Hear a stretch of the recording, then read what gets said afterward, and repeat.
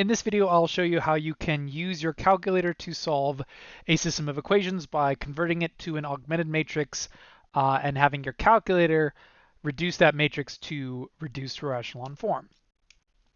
And the simple explanation of how this works is you can have your calculator run the elementary row operations and put it in reduced row echelon form by using the RREF command. So as you can see right here, if you can store your matrix, say for example I want to solve this system, I want to type in the system as matrix A, for example, and tell my calculator to find the reduced row echelon form of that matrix.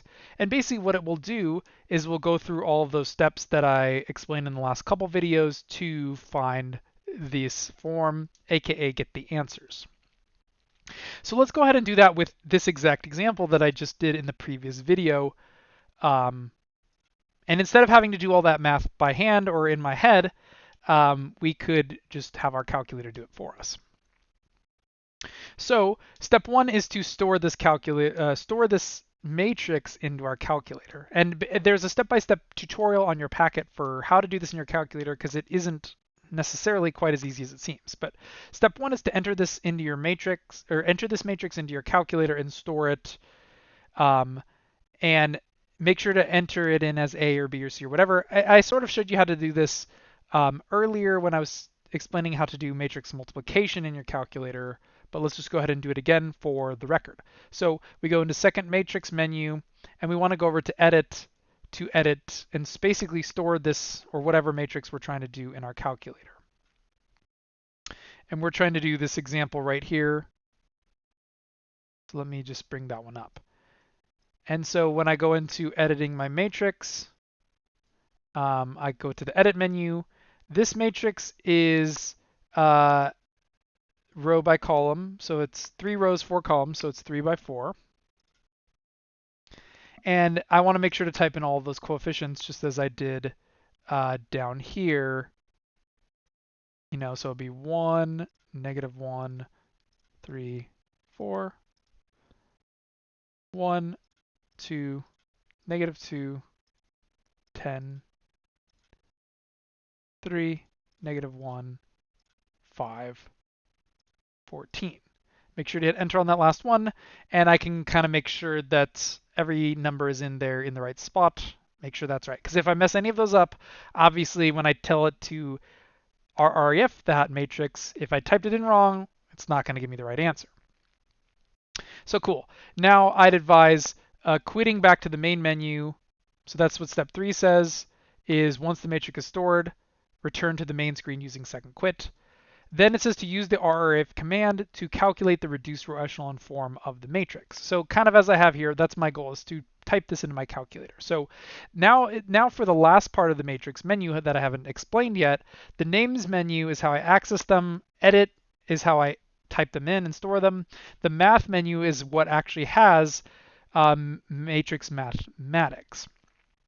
So there's a bunch of functions in here, such as the determinant. We're not going to talk about what that means. Transposition, the transpose of the matrix, dimensions, etc., identity. There's all sorts of different commands that work, like augment and so forth. But if you scroll down a little ways, you can eventually find the RREF command, which is exactly what we want. This is how our calculator will solve the system. But if I use RREF, I want to tell my calculator to take the RREF of that matrix, matrix A, which is now stored right here as a 3 by 4 augmented matrix, as I had from over here.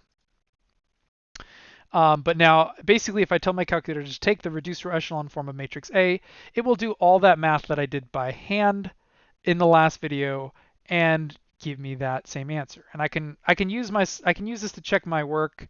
I already knew that it worked because I checked my solution in the matrix, but notice that I get the exact same answer that I got when doing each of those steps by hand, which was very tedious, very arduous, but it completely trivializes the solving of systems of equations, and that's the whole value of all of this.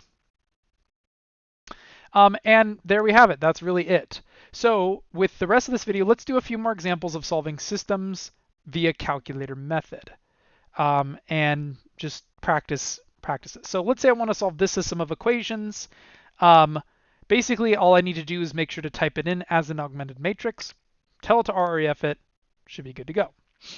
And also, if I want to, I can just reuse matrix A since it's already 3 by 4. I can just go back and edit this one again and change it to all of these new coefficients, and it will be a little less work. Or you could use matrix C, matrix E, whatever. Doesn't really matter if you wanted to choose a new one to start with.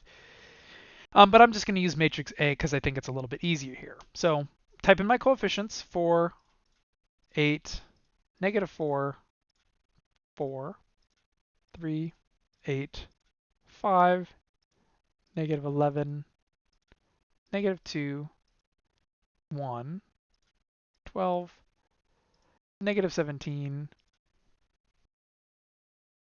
and then I want to quit. Now that it's stored, I quit. Second matrix, I want to find the RREF, which is in the math menu. So again, I wanted to take the RREF of that matrix once it has been stored. And that A is not going to be the same answer as before because I've since changed what was stored in A to this new one. But I'm going to do the same thing, take the reduced row echelon form of this augmented matrix, which should give me the solution to this system here now. And basically solve the system in a matter of 30 seconds by using the calculator. Now, there are quite a few steps in getting that, but this will alleviate the process of solving systems.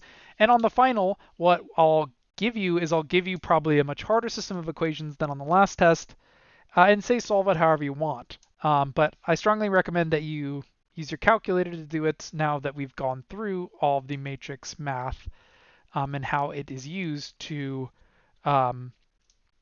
applied specifically to solving systems.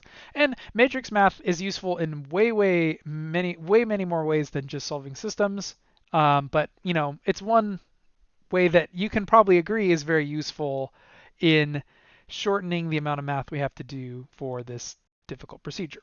Let's say we wanted to move to a like even a harder system. Let's say it has 4 equations, 4 unknowns. I didn't even do one of these examples in chapter 3 just because it takes about 10 steps of elimination just to get done, which is quite awful, and I didn't want to subject you guys to that.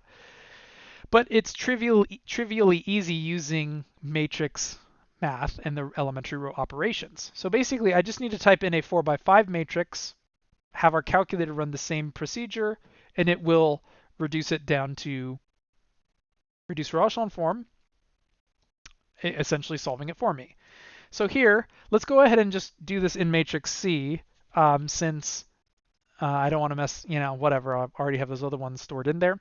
So this is going to be a 4 by 5 matrix, and I want to type in all of these coefficients. So 2, 5, -9, 3, 151, 5, 6, -4, 2, 103, 3, -4, 2, 7, 16, 11, 7, 4, -8, -32. And if I want to know what X, Y, Z, and W are, all I got to do is tell my calculator to matrix RREF, that matrix which I've stored as matrix C. And once I do that, it should grind that system of equations into rubble and give me the answers. And note, just as another note about the answer here, is that it will be in order that you typed in your original system. Obviously, that system should have been in order of variables x, y, z, w. They all needed to be, aligned, as I've stated before. But these answers will be, well, this will be x, y, z, w. It should be in the same order in which you inputted it. So technically, you could change the order of this. As long as they're all aligned, it will still work. It'll still give you the right answer, even if you scramble the equation up into a different order. Just assuming, they all need to be in the proper order for this to work. But basically what I get is my answer is x equal 3, y equal 5, z equal -11, and w equal to 7. And this procedure is very helpful if you ever have to take statistics or a class where you're solving lots and lots of systems of equations. It's much nicer to be able to use a calculator to do this, and I hope you guys find that useful and a nice time-saving shortcut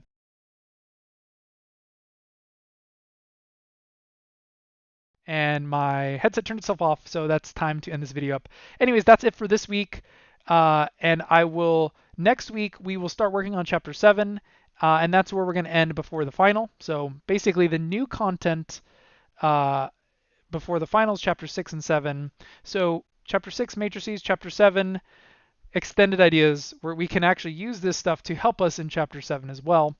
But anyways, I hope you all are doing well and staying healthy amidst this break. I've personally been feeling a little bit down lately from um, being stuck inside all the time. So if any of you are feeling badly or getting a little bit negative, I'd remind you just to try to stay positive, focus on what things are good, um, and just know that I'm sure a lot of other people are feeling the same way as you.